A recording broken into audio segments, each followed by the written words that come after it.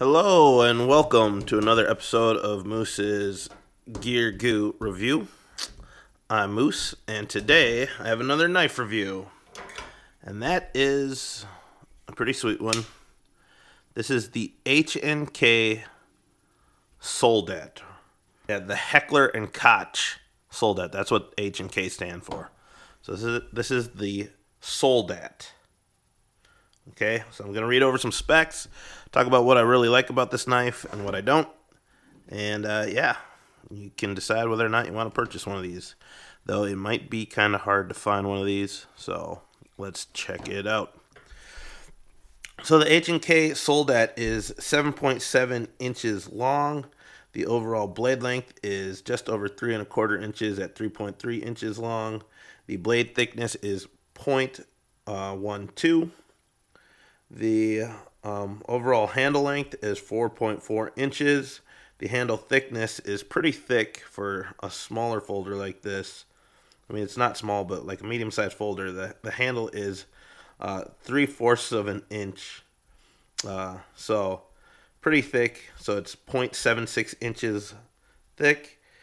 The weight on the knife is pretty nice. It is 2.8 ounces, so fairly light. And yeah, that's pretty much the stats on that so far. So let's talk about it. Now, this is a really cool kind of looking knife as far as the profile goes. You got some sharp angles here, kind of a dropping point there. You got a finger choil, and then it tapers. The texture on the handle, we'll talk about that in a sec. But talking about the blade, really cool looking, very sharp angled Tanto blade that actually has kind of a dropping point into the Tanto, which is really nice. It has a thumb hole opening mechanism that lets you deploy it right or left-handed, which it works really well. The choil here allows the cutout to open up. Boom. It's coated in a black coating. Not exactly sure what the coating is specifically, but it is very durable. It's H&K knives are made by Benchmade, so they don't really skimp on many things. So it's been holding up, and I haven't used this tremendously, but enough to know that it holds up. As you can see, we got the HK logo on front. It is made in the USA, and the steel on it is N680, which is pretty nice. If you want a really highly corrosion resistant blade steel, N680, N690 are really good steels for that. BD1 it has pretty good corrosion resistance, but this one has N680. Besides having this sweep up over the thumb hole, it kind of creates a thumb ramp, a very shallow thumb ramp, but you can see that we have jimping on top that is functional. Pretty good. There's a decorative swedge here as well. And yeah, so now moving into the handle, we have, a kind of deep finger choil here to help lock in the grip, create kind of a finger guard. It tapers back and then tapers up, and that really allows for all the fingers. Your front finger goes in that first choil, then these other two, and then the pinky kind of rests in the back there. Thumb right on the top ramp, and in hand it feels pretty good. It is very thick, if you can see the handle thickness, and we'll compare it to some other knives in a sec. But that gives you a full hand grip. And I'm not exactly sure what the intent behind the design is. I know that the H&K line was much more designed for tactical, police and law enforcement and military use, and maybe Coast Guard as well.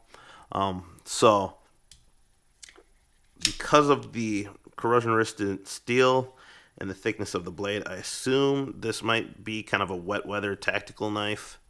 You have a really solid grip, so you don't want anything slipping. They have this kind of diamond texturing on there, like you see diamond plate stuff, which is pretty cool. And the handles are made out of a molded grivery, so it's really durable. Feels plasticky, but it you can tell it's solid as well as light. When you look inside, there's no liners other than like the pivot pin and the plunge lock and the screws. They don't have much metal on this knife, which once again is saying, okay, they're trying to avoid any parts that can rust.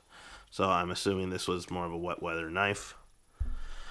That being said, looking more into the handle, besides no liners, we have a plunge lock, which is pretty sweet.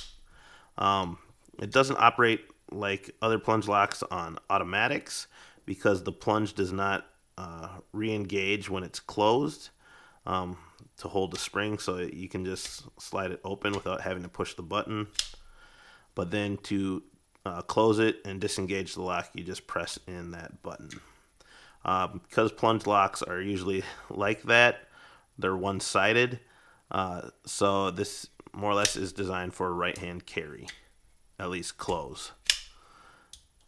Okay, though you can close it this way, just have to use your finger, kinda. I don't even know. I'm sure lefty could figure that out. Okay, keep on going. We have a lanyard hole in the back. It's a fully enclosed back spacer, and then it has a kind of a really nice Benchmade pocket clip with the H&K logo on there. Looks like it's parkerized, so really resists any reflection or shining. And it is tip up only, left or right carry. And if you can see in there, the holes for the pocket clip do have like a brass metal inside, so you're not screwing into the grivery, and you're not gonna or mill out any of the threads in there. So that's pretty sweet. So that being said, this compared to some other knives, we have the Kershaw Skyline, we have the Benchmade Mini Grip Chilean, Benchmade North Fork, and we'll do Ontario Rat as well. Okay, now as you can see, the blade length, it is slightly longer than all these, just over 3 inches at about 3 1/4.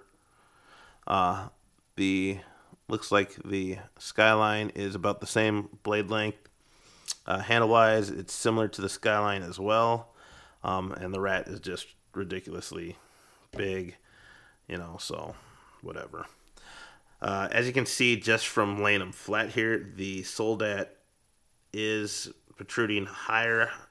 I know we have pocket clips on the back, and that could be because of that, but once I compare the blade thickness, you'll also be able to see the handle thickness as well. So, going into the blade thickness, we have this here, and it looks like they're about the same.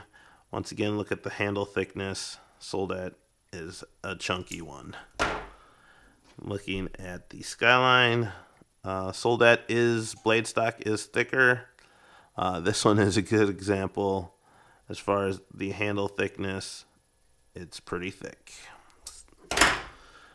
This one might be a little bit more comparable as far as handle thickness. Blade stock, it looks like the North Fork might be a hair thicker, but once again, the handle is thinner on the North Fork. And then blade stock, it's about the same on the Rat 1. And handle thickness, the Soldat is still a little bit thicker. So that's that comparison.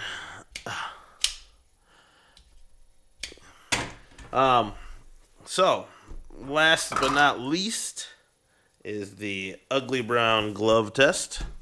And this is a quick test just to see how grippy a knife is, if it's functional as far as opening or deploying the blade, as well as disengaging the lock and closing it.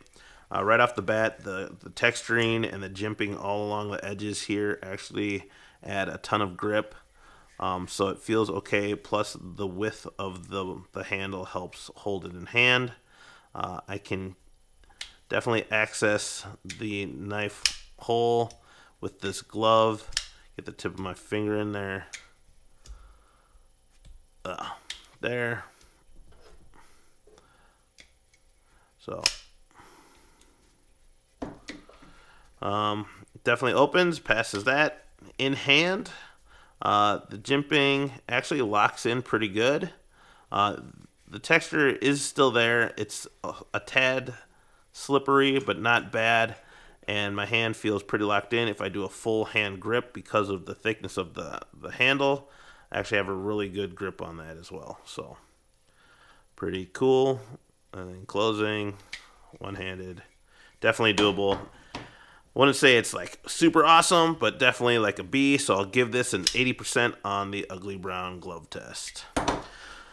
Alrighty, so that's kind of my overview, a little quick review of the H&K Soldat. I believe this knife might no longer be made, but you should be able to find it out there if you do.